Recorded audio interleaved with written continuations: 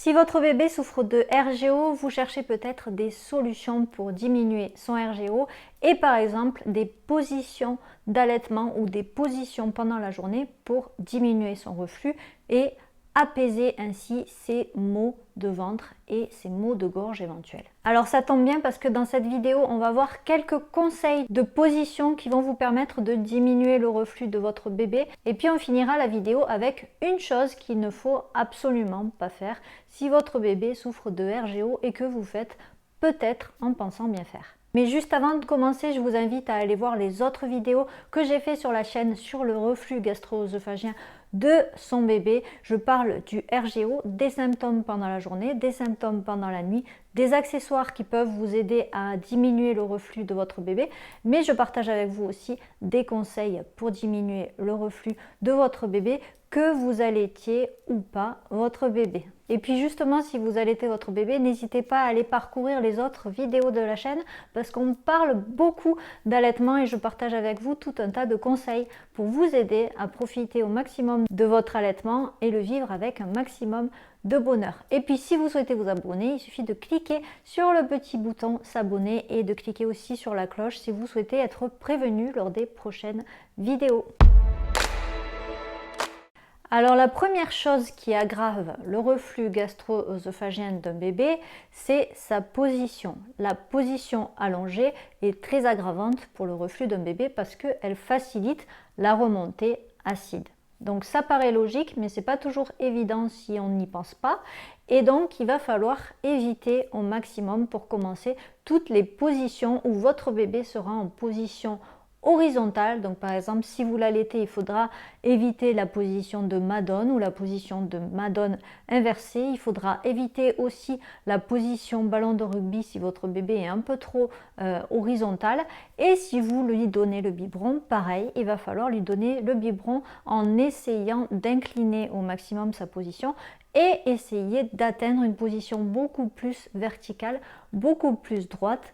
Bien sûr, il va falloir adapter ce conseil en fonction de l'âge et des capacités de votre bébé. S'il n'est pas encore capable de maintenir sa tête ou de se tenir droit, il y a certaines positions que vous ne pourrez pas suivre, mais gardez en tête qu'il faut éviter absolument tout ce qui est position horizontale. Et donc le premier conseil que je partage avec vous, c'est tout simplement d'éviter au maximum la position horizontale lorsque vous le nourrissez, donc que vous l'allaitiez ou que vous lui donniez le biberon. Et ensuite, après l'avoir nourri, si vous l'allaitez, il faut attendre au moins 20 minutes avant de l'allonger. Donc par exemple, si vous souhaitez lui changer la couche après l'avoir nourri, il faut attendre au moins 20 minutes si vous l'allaitez. Et si vous lui donnez du lait industriel, il faut attendre environ 45 minutes, voire 1 heure avant d'allonger votre bébé. Bien sûr, si vous lui donnez du lait maternel au biberon, vous allez suivre les mêmes conseils que pour une tétée classique au sein. Vous allez attendre 20 minutes au moins avant d'allonger votre bébé.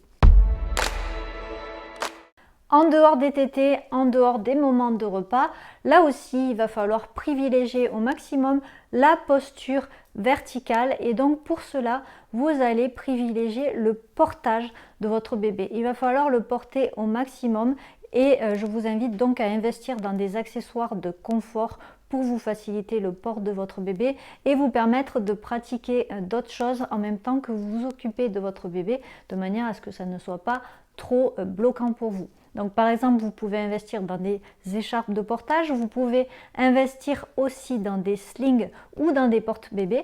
Le tout, c'est que vous soyez confortable et que votre bébé aussi, tout en le préservant au maximum des reflux. Pendant les périodes de sommeil, que ce soit au cours de la sieste ou au cours du sommeil nocturne, votre bébé sera bien évidemment en position allongée, donc c'est nécessaire pour qu'il dorme. Vous n'allez pas le faire dormir debout, ça on est d'accord, mais ce que vous pouvez faire, c'est faire en sorte qu'il ne soit pas en position horizontale, mais plutôt en position inclinée, comme ça, environ à 50 degrés, 45 degrés, de cet ordre-là.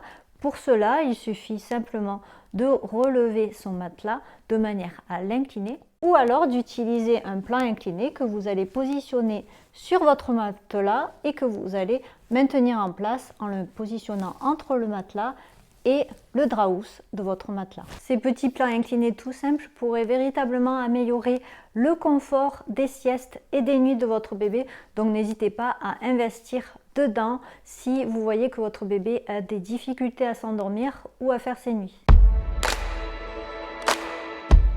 Et donc si vous allaitez votre bébé, la meilleure position, celle que je vous recommande pour diminuer au maximum ces reflux, pour diminuer au maximum le risque qu'il ait des remontées acides et qu'il en souffre, c'est de l'allaiter dans la position qu'on appelle à califourchon. Autrement dit, votre bébé est assis sur vous, face à votre sein, et il tète de cette manière. De cette manière, son oesophage est bien droit, son dos est bien droit, et il peut téter en diminuant au maximum les risques de remontée acide. Alors bien sûr, il faut que votre bébé soit déjà capable de se maintenir assis, de maintenir sa tête, et puis vous pouvez l'aider à avoir une position à califourchon ou avoir quelque chose qui ressemble. Vous pouvez faire pareil aussi, bien évidemment, si vous lui donnez le biberon. Dans tous les cas, ce qu'il faut éviter, c'est que les jambes de votre bébé soient trop relevées lorsqu'il est en position assise.